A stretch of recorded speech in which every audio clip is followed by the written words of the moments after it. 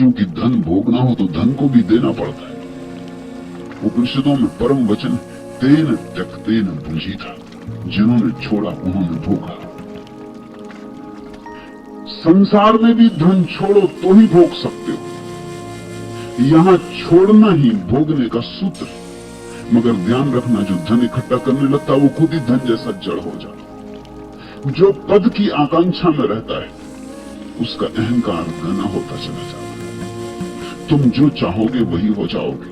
अब ये उग्रसेन नगर श्रेष्ठी का पुत्र था, सबसे बड़े धनी का पुत्र था। राजगृह विहार की सबसे धनी नगरी थी, उस सबसे धनी नगरी के सबसे बड़े धनी का बेटा था। लेकिन एक नट कन्या, एक मदारी की लड़की के प्रेम में पड़ गया तो मदारी हो गया। ये छोटी छोटी कहानियां बड़ी सूचक थी, बड़ी मनोवैज्ञानिक थी। इनको तुम ऐसे ही पढ़ लोगे तो इनका मजा, इनका स्वाद तुम्हें नहीं आएगा।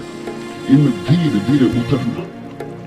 तुम जरा गौर करना, तुमने जिससे दोस्ती की है आखिर में तुमने पाया नहीं कि तुम उसी जैसे हो गए। दोस्ती की तो बात छोड़ो, किसी से दुश्मनी भी अगर कर ली तो भी उस जैसे हो जाओ, क्योंकि उसी का चिंतन करो, उसी का हिसाब रखो। वो कैसी चालें चल रहा है वैसी चालें तुम चलोगे। उससे कैसे रक्षा करनी इसका विचार करते रहोगे। सदा उसका विचार करते करते तुम भी उस जैसे हो जाओगे। दुश्मन भी एक जैसे हो जाते हैं, क्योंकि दुश्मनी भी एक ढंग की दोस्ती है। नट कन्या के खेल को देखकर उस पर मोहित हो उस विवाहित नटों के साथ होगी। सुसंस्कृत परिवार का बेटा ऐसे गांव गांव घूमने वाले सड़क छाप मदारियों के साथ हो गए। मोह गिराता है, मोह उठा भी सकता है। अगर बुद्ध जैसे व्यक्ति से मोह हो जाए तो तुम्हारी आंखें आकाश की तरफ उठने लगी। तुमने जमीन पर सरकना बंद कर दिया। बुद्ध को देखने के ऊपर देखना पड़ेगा, चांद तारों की तरफ देखना पड़ेगा। जब मंसूर को सुनी हुई वो खिलखिला के हंसने लगा, और किसी ने भीड़ में से पूछा कि मंसूर तुम्हारे हंसने का कारण क्योंकि तुम मर रहे हो। ऊंचे खंबे पर उसे सूली लगाई जा रही थी। मंसूर ने कहा कि मैं इसलिए खुश हूं कि 1 लाख आदमी मुझे देखने इकट्ठे हुए, और 1 लाख आदमियों की आंखें पहली दफा थोड़ी ऊपर उठी, क्योंकि मुझे देखने के लिए इस ऊंचे खंबे की तरफ देखना पड़ रहा। यही क्या कम है कि तुम्हारी आंखें जमीन में गड़ी गड़ी रही हैं सदा। आज चलो मेरे बहाने ऊपर उठी, और हो सकता है मुझे देख कर तुम्हें परमात्मा की थोड़ी याद आए, और मेरे आनंद को देख कर तुम्हें याद आए कि परमात्मा जिसके साथ हो जाता है वो मरने में भी खुश है, और परमात्मा जिसके साथ नहीं वो जीवन में भी दुखी है। ये तुम भूल ना सकोगे। तुम्हें मेरी मुस्कुराहट याद रहेगी, कभी कभी तुम्हें चौंकाएगी, कभी कभी तुम्हें सपनों में उतर आएगी, कभी कभी शांत बैठे क्षणों में मेरी तस्वीर तुम्हें फिर याद आएगी। चलो यही क्या कम है, मेरा इतना ही उपयोग हो गया। मरना तो सभी को पड़ता है। 1 लाख आदमियों के दिल में मेरी तस्वीर टंगी रह जाएगी, शायद उन्हें परमात्मा की याद दिलाएगी। जब तुम बुद्ध के प्रेम में पड़ते हो तो धीरे धीरे तुम्हें बुद्धत्व छाने लगता है। इसलिए साधु संघ की बड़ी महिमा है। उसका मतलब इतना है, उनके प्रेम में पड़ जाना जो तुमसे आगे गए, जो तुमसे 2 कदम भी आगे हैं उनके प्रेम में पड़ जाना। कम से कम 2 कदम तो तुम्हें आगे जाने में सहायता मिल जाएगी। अपने से पीछे लोगों के प्रेम में मत पड़ो, नहीं तो तुम गिरोगे। वह उनके साथ घूमते घूमते थोड़े ही वर्षों में नट विद्या में निपुण हो गया, और तो सीखता भी क्या। नट से प्रेम करोगे नट हो जाओगे, नट हो गए। फिर एक उत्सव में भाग लेने वह भी राजगृह आया। लोग लाज भी खो दी होगी, संकोच भी खो दिया होगा। ये भी फिक्र न की कि उस गांव में मेरा पिता सबसे बड़ा धनी प्रतिष्ठित, राजा के बाद उसी का नंबर। उस गांव में मैं मदारियों का खेल दिखाऊंगा, ये उचित है। लेकिन एक समय आता जब तुम धीरे धीरे बेशर्मी में भी ठहर जाओ, वह भी जड़ हो जाती, शर्म भी नहीं उठती, लज्जा भी नहीं उठती। उसका खेल देखने स्वभाव का हजारों लोग इकट्ठे हुए, खेल से ज्यादा तो उसको देखने इकट्ठे हुए कि ये भी कैसा दुर्भाग्य कि इतनी बड़ी संपत्ति, इतनी सुविधा, इतने संस्कार, इतनी सभ्यता में पैदा हुआ आदमी और इस तरह गिरेगा। उस दिन जब भगवान भिक्षाटन को निकले तो सृष्टि पुत्र उग्रसेन 7 हाथ ऊंची 2 भवनों के बीच में बंधी रस्सी पर चलकर अपना खेल दिखाना शुरू किया।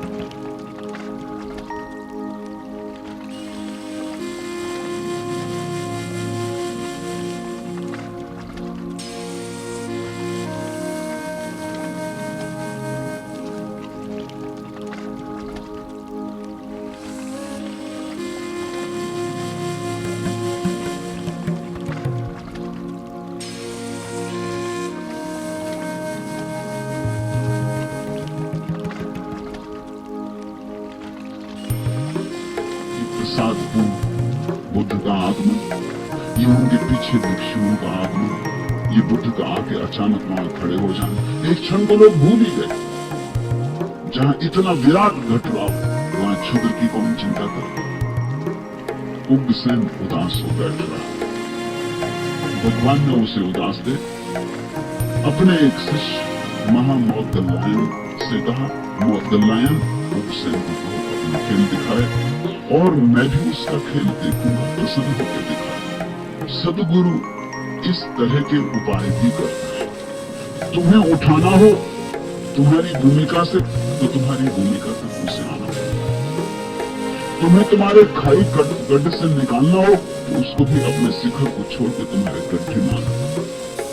उग्रसेन का पिता बुद्ध का शिष्य था। शायद बहुत बार रोया होगा बुद्ध के पास, शायद बहुत बार कहा होगा कि क्या होगा मेरे बेटे को, ये कैसा पतन होगा। तो ध्यान रखना, उन दिन के धनपति और आज के धनपतियों में बड़ा फर्क।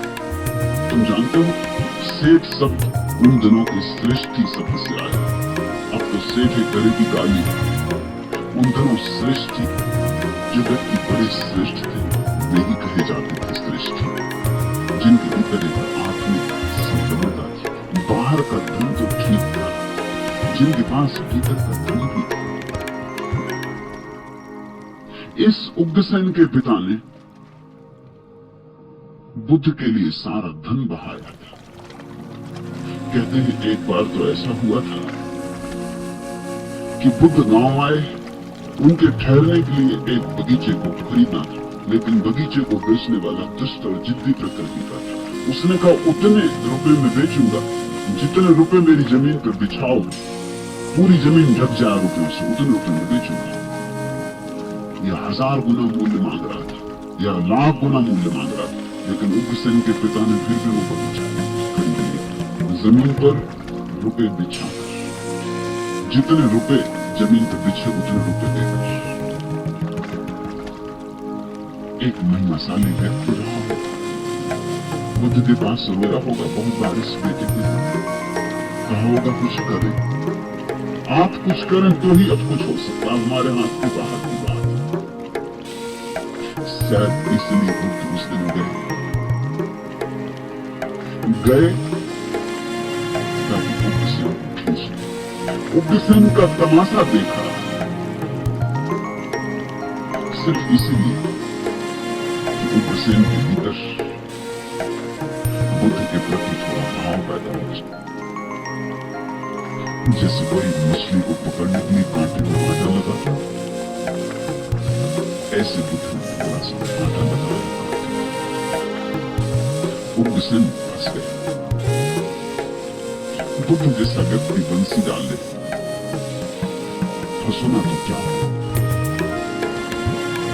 इसलिए तो बुद्ध पुरुषों के संबंध में ये बात लोक प्रचलित हो गई, उनसे लोग सम्मोहित हो जाते, कि लोग उनके मैस्मरिज्म में आ जाते, कि लोग उनके हाथ में बन जाते। उनसे सावधान रहना, जरा दूर दूर रहना, उनसे जरा बच के रहना। बुद्ध ने कहा मैं भी तेरा खेल देखने आया हूं। उसे अब बुद्ध को क्या इस खेल में हो सकता है? सारे संसार का खेल जिसके लिए व्यर्थ हो गया, उसको किसी के रस्ते पे चलने में क्या सार हो सकता है?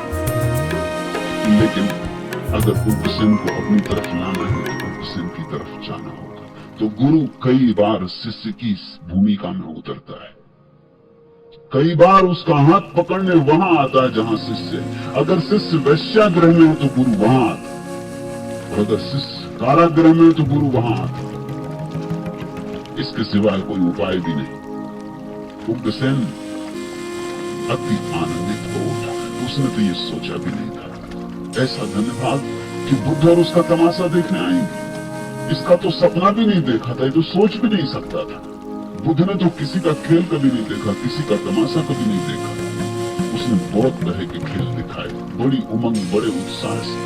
तब शास्त्रा ने उससे कहा उग्रसेन ये खेल बड़े अच्छे, लोगों का मनोरंजन भी करेंगे, लेकिन तमाशा आखिर तमाशे में ही जिंदगी गंवा देगा। मनोरंजन तो ठीक है, असली बात तो तब घटती जब मनोभंजन होता।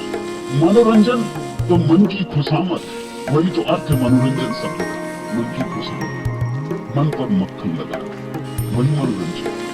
मन जो कहे वैसा ही करते रहे, मन जहां ले जाए उसके साथ चले जाए। मन कहे शराब घर, मन कहे वेश्या घर, मन कहे सिनेमा, मन कहे ये, मन कहे वो, उसी के पीछे चलते रहे। इसी तरह जो संसार का अर्थ होता है मन के पीछे चलना। चैतन्य को मन के पीछे चलाना अर्थात संसार है। मनोरंजन चाहिए बुद्धने का, और ये भी कोई कला है। अगर कला ही दिखानी तो आ मैं तुझे सिखाऊं। रस्सी पे चलने में क्या रखा है? ये तो 60 हाथ ऊंची बंदी है ना। मैं तुझे शिखरों पे चलना सिखाऊं, बादलों पे चलना सिखाऊं, मैं तुझे ध्यान में सीखना सिखाऊं। उससे ऊपर और कुछ भी नहीं। कोई रस्सी उतने ऊपर नहीं बांधी जा सकती। और जो ध्यान में चलता है उससे बड़ा कुशल कोई कलाकार नहीं, क्योंकि ध्यान में अपने को साधना ठीक रस्सी पर चलने जैसा ही है। बाएं गिरे दाएं गिरे, पूरे वक्त संभालना पड़ता। अब गिरे तब गिरे और खतरा हर वक्त। लेकिन ध्यान में जो समझ जाता है एक दिन समाधिस्थ हो जाता, फिर कोई गिरना नहीं। तूने स्वयं को रस्सी पर संभालना सीखा। इतने समय में तो हुसैन तू ध्यान भी संभाल सकता था। जितनी देर में तुम धन कमाते हो ध्यान भी कमाया जा सकता है। जितनी देर तुम संसार में लगाते हो उतनी देर में परमात्मा भी पाया जा सकता है। इसी ऊर्जा से, इसी क्षमता से परम मिल सकता है। तुम क्षुद्र में गमाते, कंकड़ पत्थर बीनते रहते, जबकि हीरे की खदानें बिल्कुल पास थी। हुसैन बुद्धिमान व्यक्ति को जीवन मरण के पार जाने की कला सीखनी चाहिए। तू आ मेरे पास आ, मैं तुझे वह परम कला और परम कीमिया सिखाऊंगा। क्या है वह परम कीमिया? वही इस सूत्रकार है। भूत को छोड़ो, भविष्य को छोड़ो, वर्तमान को भी छोड़ो। क्योंकि मन को छोड़ना हो, मनोभंजन करना हो तो समय को छोड़ना जरूरी। मन है क्या? भूत की स्मृतियां, जो हो चुका उसकी स्मृतियों का जान स्मृति, और भविष्य की योजनाएं, भविष्य की कल्पनाएं, आकांक्षाएं, वर्तमान की चिंता फिक्र। अगर ठीक से समझो तो मन और समय पर्यायवाची। इसलिए जो भी ध्यान को उपलब्ध हुए उन्होंने कहा कालातीत है ध्यान, समय के पार है। मनातीत कालातीत एक ही अर्थ रखते हैं। तो बुद्ध ने कहा भूत को छोड़, भविष्य को छोड़, वर्तमान को छोड़, यह है असली कला। इस तरह इन्हें छोड़कर संसार के पार हो जाए, मुक्त मानस होकर, मन से मुक्त होकर, तू फिर जन्म और जरा को प्राप्त नहीं होगा। हुसैन को ऐसे वचन सुन के बोध हुआ, और जैसे बिजली कौंधी ऐसे भगवान के वचन उसके प्राणों में कौंधे। फिर उसने क्षण भर भी न खोया। वह रस्सी से उतर भगवान का भिक्षु हो गया, और जब मरा तो अरहत्व को पाकर मरा। वह सच्ची परम नट विद्या को उपलब्ध होकर मरा। भगवान ने वचन पूरा किया। इसमें एक बात, अंतिम बात समझ लेनी चाहिए। ये आदमी था तो जुआरी, इसलिए मैं अक्सर कहता हूँ धर्म व्यवसायियों के लिए नहीं जुआरी। ये आदमी था तो जुआरी। बाप की बड़ी संपत्ति, बाप का बड़ा उत्तराधिकार छोड़कर एक मदारी की बेटी के साथ हो गया। था तो आदमी हिम्मत का, गलत भी गया था तो डरा नहीं था जाने, दांव पर सब लगा दिया था। इस साधारण सी युवती के लिए झोली टांगे हुए मदारी गांव भटकते होंगे, इनके साथ हो लिया था राजमहल छोड़कर। था तो आदमी जुआरी, दांव पर लगा दिया था सब। ऐसे आदमी बड़े काम की भी हो। अगर कभी बुद्ध पुरुषों से मिलना हो जाए तो फिर वो देर नहीं करते। अगर नीचे जाने में सब दांव पे लगा सकते हैं तो ऊपर जाने में क्यों दांव पर नहीं लगा सकेंगे? दुकानदार हमेशा डरता रहता, ना नीचे जाता ना ऊपर जाता, जाते ही नहीं कहीं, यही घोड़ों के बैल की तरह घूमता रहता, सोचते ही रहता करूं कि ना करूं, इसमें फायदा कितना, हानि कितनी, लाभ कितना, इतना धन लगेगा, ब्याज भी मिलेगा कि नहीं मिलेगा।